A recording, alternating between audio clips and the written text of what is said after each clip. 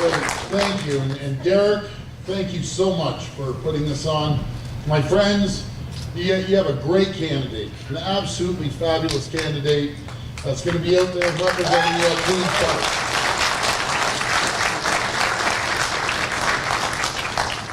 And thank you for having me by. I had a great time last time I was here.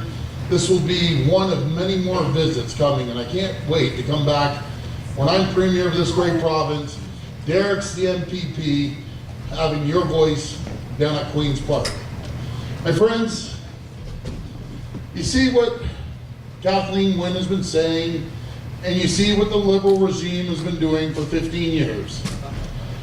For 15 years, we've seen the Wynne Liberals destroy this province. Destroy it to a tune of $311 billion of debt. She set a world record, and it's a shame. She set a world record in the largest subnational debt in the entire world. That is staggering. The greatest province in the country, the engine of this province, is now a have-not province. We are paying $12 billion a year in servicing our debt. That's $12 billion that could be going to healthcare. That's $12 billion that could be going to infrastructure and roads, long-term care, seniors. $12 billion absolutely wasted. Kathleen Wynne has zero respect for the hardworking taxpayers of this province. I can tell you, and I've said this numerous times, I've said it right to Kathleen Wynne, pack up your loot bags, the party's over with the taxpayers' money. It is done.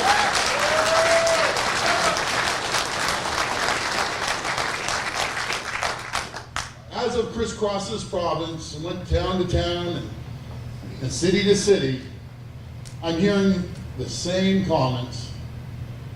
And I believe this isn't about being a PC, a Liberal, or an NDP. This is about everyone uniting together and turning this province around.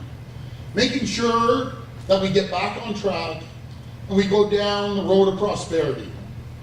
And I can assure you, we will blaze a new trail of prosperity this province has never seen before. A new day will dawn in Ontario, a day of growth, a day of opportunity for each and every person. And every single policy we make will be beneficial to each and every person. When I sat down with our policy team, that was the number one thing I said. I said, I don't want to hear one policy that's not going to be beneficial for everyone, right across the board. No matter if it's the healthcare system is absolutely broken in this province. We've seen 14 years and $8 billion of your hard-earned tax dollars go down the tube. We see lineups. I call it hallway healthcare. We see lineups in every single region of this province. And a short lineup at any hospital is 5 hours, 6 hours. And it's not the doctor's fault. It's not the nurse's fault. We have the greatest doctors, greatest nurses in the entire world right here in Ontario. But when I reach out and I talk to the doctors, and I've never had more calls from doctors and nurses in my entire life. But when I reach out and I've sat down and talked to endless nurses, and I got a soft spot for nurses, they're the backbone of the hospital. Sat down with doctors, they said, Doug, it's not about the money. It's about letting us do our job. So you have some bureaucrat, some politician at Queen's Park dictating to these doctors on how to do their job, dictating to the nurses how to do their job. I have a very simple philosophy. Let the frontline people tell us how to do their job and find efficiencies and drive efficiencies.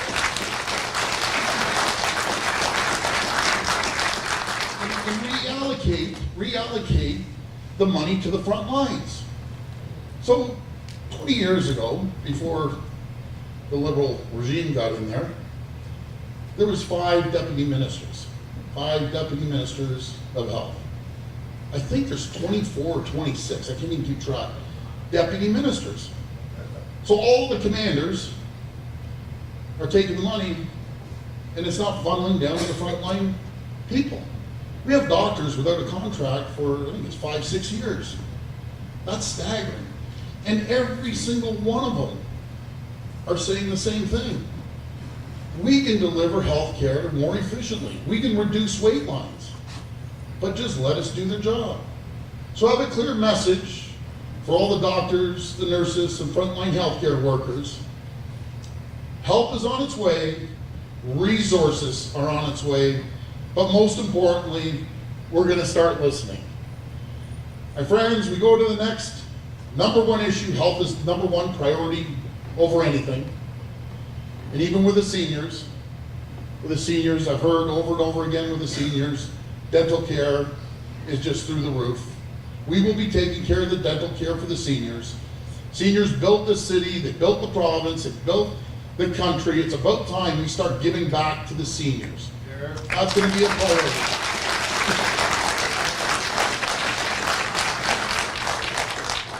The second, by the way, when we talk to seniors, I want to mention this. Healthcare is always the most important for every single person because we're nothing without our health. But the number one comment I get from seniors is, I want my children to have a great paying job or even a job. I want my grandchildren to have a great education because right now the education system is broken as well. I say when you look at our grade 6 math students, only half of them have hit the provincial standards, and they want to throw another $60 million at the problem. There's still half of them are at the provincial standards. We have a college strike that went on for 5 weeks, the longest college strike in Ontario's history. And 26,000 students never went back to school. Just say 26,000 students. That's a town that lost a year in education. Then they bring down their liberal ideology and the indoctrination of our children with their sex ed curriculum. My friends, we are going to let the parents get involved and have a voice. We're going to get the teachers involved to have a voice. Because right now, every teacher I talk to, and again, we have the greatest teachers in this province that are just telling me, Doug, I want to be able to have a say in what our kids are being taught, no matter if it's math or any curricular document that the Board of Education or the Ministry of Education sends to us. But we don't have a say. They will have a say. They will have a voice on math. Let's get back to the basics. The other area of education we have to start focusing on are the trades. We're short on the trades.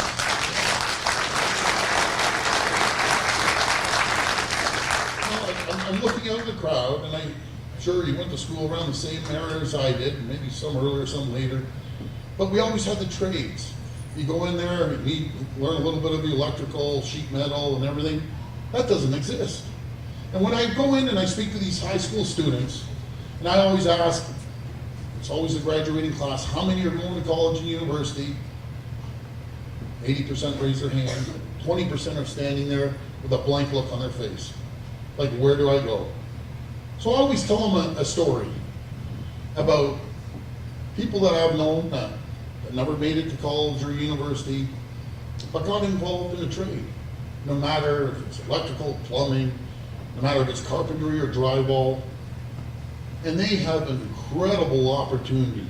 We need more trades. Every single contractor I talk to says, I don't have the tradespeople, we need more. My friends, tradespeople make good money, as you know. They make $80,000 to $100,000. Plus, they can start their own business. And I tell this one story I find interesting, I tell it to the students.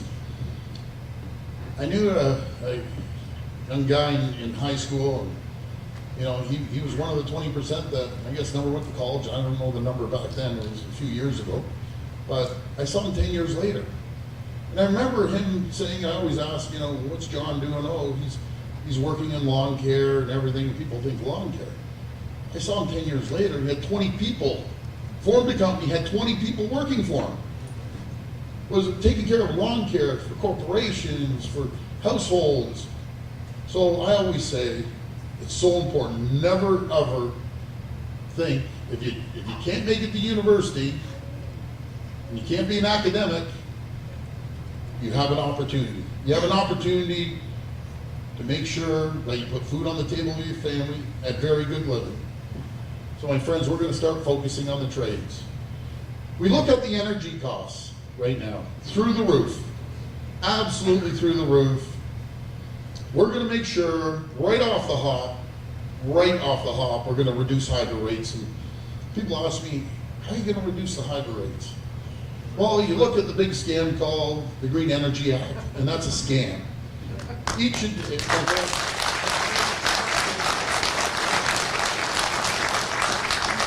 don't know one person, honestly, I don't know one person isn't concerned about the environment, isn't environmentally friendly in their own house. I have not met one company, not one single company that is not environmentally friendly on all aspects.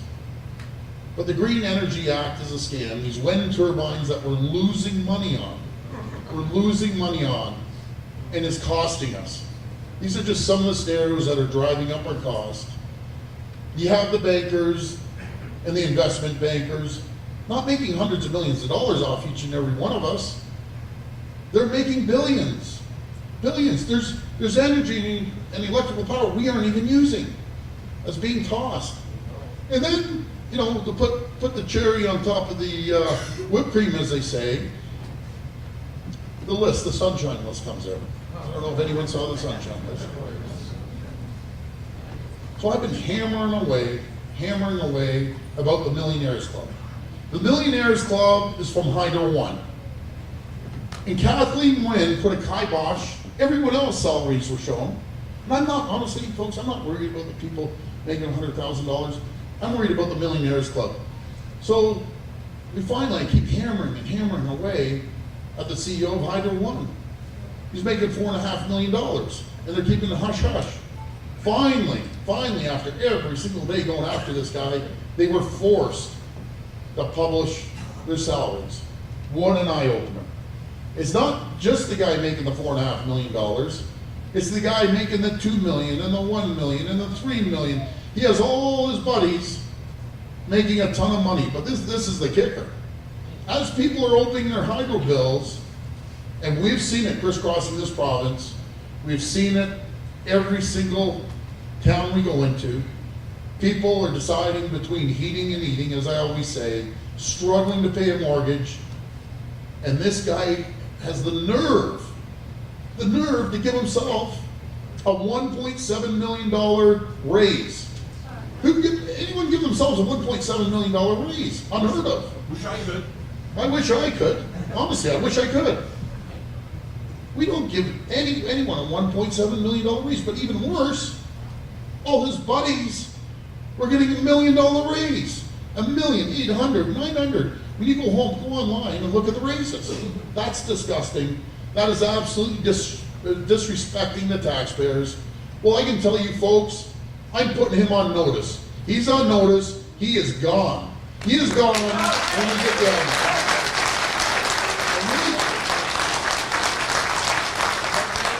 He can make $6 million ago. When I look at Quebec Hydro CEO is making $400,000, and this character's making $6 million. Something's wrong. You know, it's like a tradesperson making $1 million, and the other guy's making $100,000. But there's, again, zero accountability. Kathleen Wynne, hush, hush, hush, hush. Don't say a word. This is where we're going to bring accountability. We're going to bring transparency and integrity back to the taxpayers, back to Queen's Park. And all the cronyism and all the political elites, the political establishment, the political insiders, they're done. They're gone. They're absolutely gone.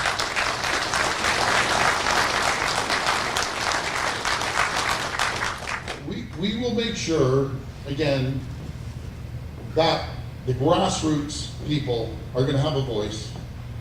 It's about empowering the people. It's empowering the people, not empowering the government. The Liberals truly believe, and Kathleen Wynne truly believes, she can outsmart everyone again. She's not going to outsmart anyone anymore. She thinks she can hoodwink everyone by giving away everything. There's no such thing as free. Our children, our grandchildren will be in debt forever. We have to start paying down our debt. It's no different than our households. You can't spend more than what you take in. But when the budget came out the other day, she's promising the world, and I thought I was watching the Oprah show. You know, you get a free car, you get a free car, you get a free car. But yeah, no one believes her anymore, and rightfully so. That's right. We saw this trick before. We saw the trick of we're going to lower the car insurance, for instance. They never lowered the car insurance. She hoodwinked everyone. We're going to balance the books. She never balanced the books. I don't even know what the books are going to look like when we get in there. She's up to $8 billion, and then when she says, "Oh, it's only $8 billion," all of a sudden the Auditor General, thank God the Auditor General came out and said, "We found $1.3 billion you didn't account for." So how much more is she hiding?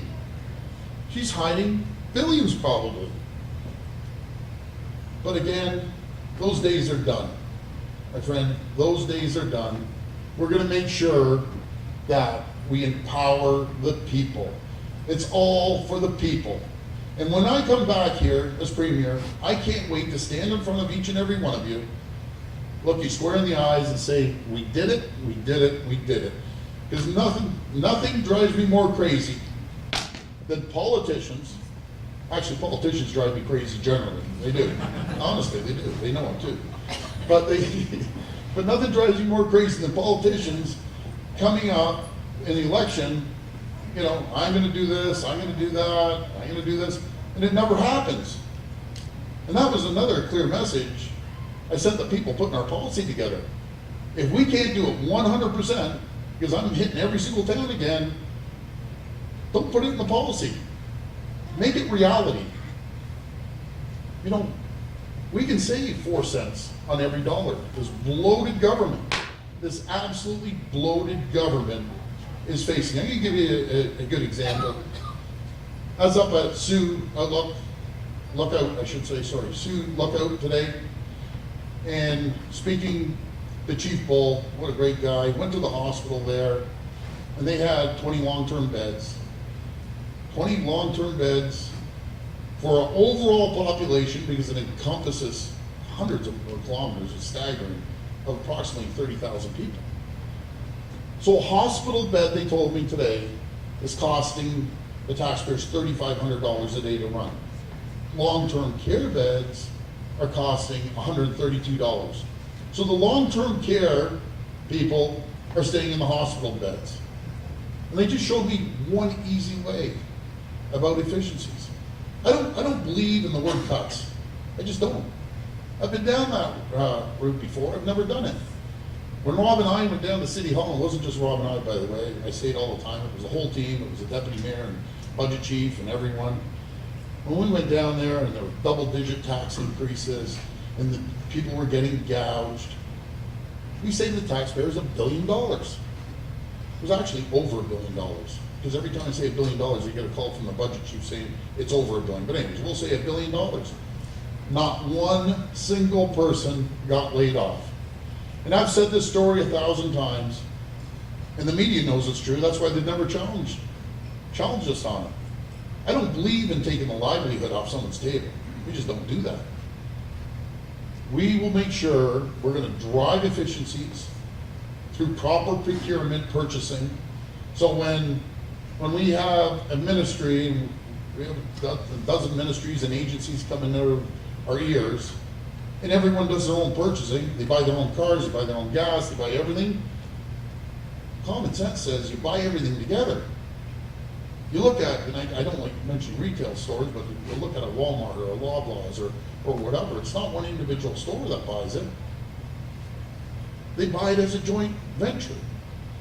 And when a ministry actually doesn't spend their budget, you've heard this story over and over again, spend your budget or they're gonna cut it.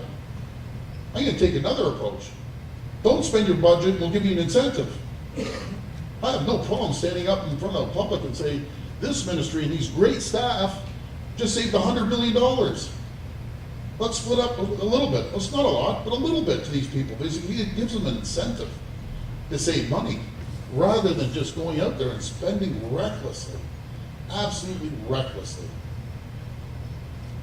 Friends, on June the 7th, it's going to be the morning of June the 8th, this province is going to turn the corner. But we can't do this by ourselves. We have one shot at this. One shot in 15 years to make sure we're able to turn the corner for each and every single person. Turn the corner to create jobs, get rid of this nasty, the worst tax ever is the carbon tax. The carbon tax hurts every single one of you, every person in the country it affects.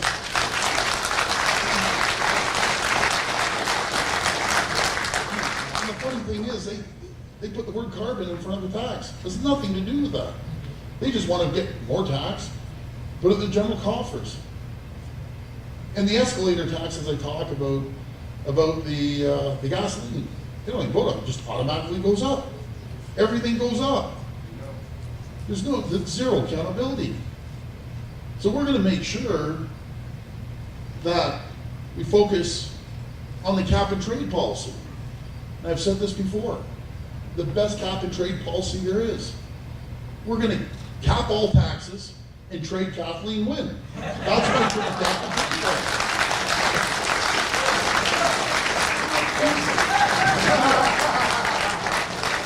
So, but her cap and trade policy makes these companies pay $469 million. These are staggering numbers. So $469 million goes to California and a little bit to Quebec. That's $469 million they can reinvest and buy equipment. And keep in mind that 80 to 85% of people are employed by small employers, like the mom and pop shops. And I've talked to more small employers than ever before. And it was in one area, a gentleman was opened up a recycling facility. He had about 30 acres and he took in all old tires and drywall and wood and he was super environmentally friendly and recycled everything. And he said, Doug, it took me 7 years to get through the red tape and bureaucracy. Just think of that, opening a company, 7 years. And $1 million fighting the government. How do you open up a business? He says, I have another 30 acres, 100 miles away. I want to do another facility, but I'm not doing it. I'm not doing it. I think he employed 25 people, 30 people. He says, I'm not going through 7 years of fighting with the government. What government fights entrepreneurs to create jobs? I don't know of any. Yeah, Kathleen won. We have to make sure, I always say the government doesn't create jobs. They create the environment to create jobs. They make sure they cut the red tape and bureaucracy. And the regulation. You got it, sir. I'm starting to like that jersey. Even though I'm a Leaf fan, I'm starting to like that jersey.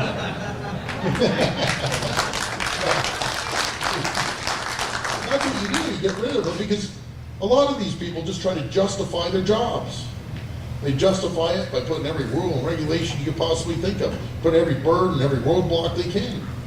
But we're going to tear down the roadblocks. We're going to tear down all the red tape and make sure it's easy to open up a small company. It's easy to make sure that you're able to employ people.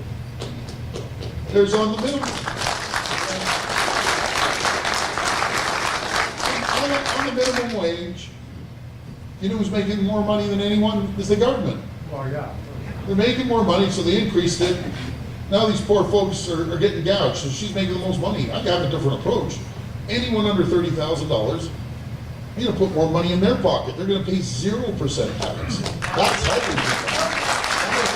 That's helping.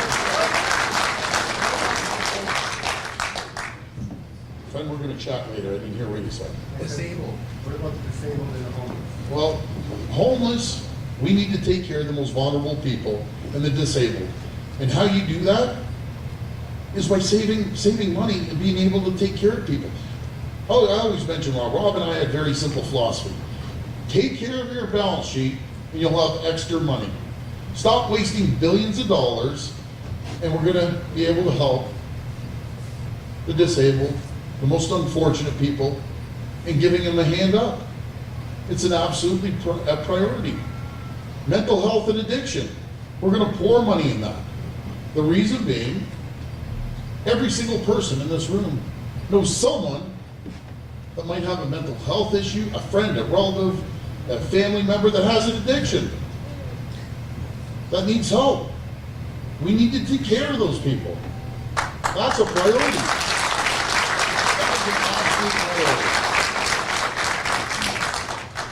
So once we start finding efficiencies, we'll be able to have some money. And I always say, you know, Kathleen Wynne, and I always say that. I shouldn't say Kathleen Wynne directly. I should rephrase this. The Liberals and NDP, they act like poverty pimps. And I'll tell you what I mean by poverty pimps. No, I'll tell you what I mean. They pretend to help the most needy, but they're gouging them. They're gouging them by you're increasing the taxes. You go buy a loaf of bread, you go get gas, and they're jacking up the price on everything because of the tax. You don't take care of people, the most needy people in society, by jacking everything up and getting rid, this is another staggering figure, getting rid, we've lost 300,000 jobs since the Liberals have been in power. 300,000 jobs have left this province. That's 300,000 jobs, 300,000 people that are struggling, absolutely struggling. We're going to make sure we go down to that border, as I said last time I'm here, and put that big neon sign up and say Ontario is open for business.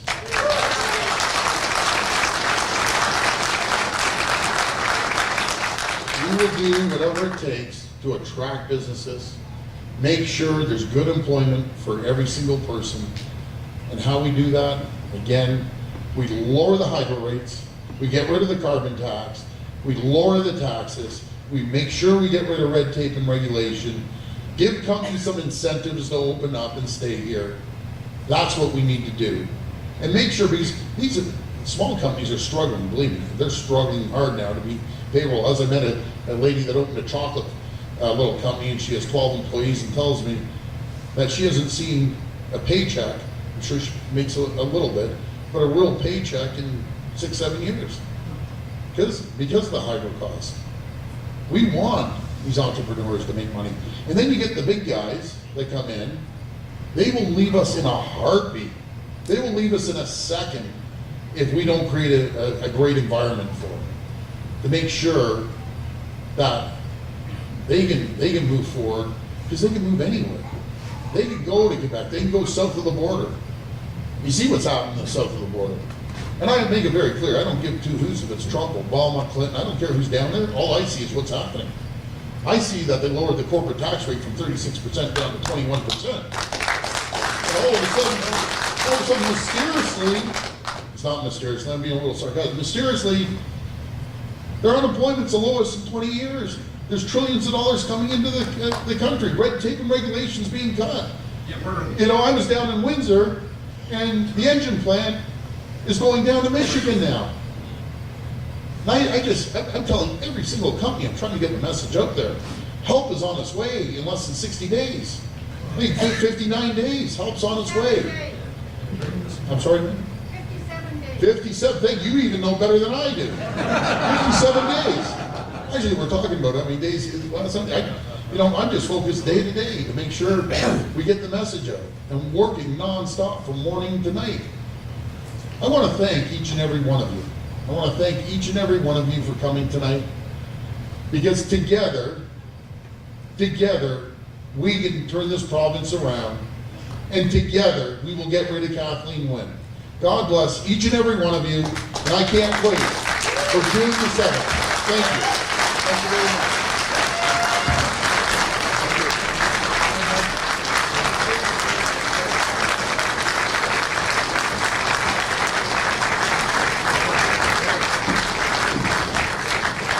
As most of you know, I'm Brandon Postuma, the candidate for Thunder Bay Atikokan. I just want to say thank you to everyone for coming out. It's been a long time since we've had over 225 people in one room on short notice here in Thunder Bay, and we are so grateful. Derek and I are both grateful. Get up here, Derek. Derek, come on up. Brandon, I apologize. You know something, you always slip up.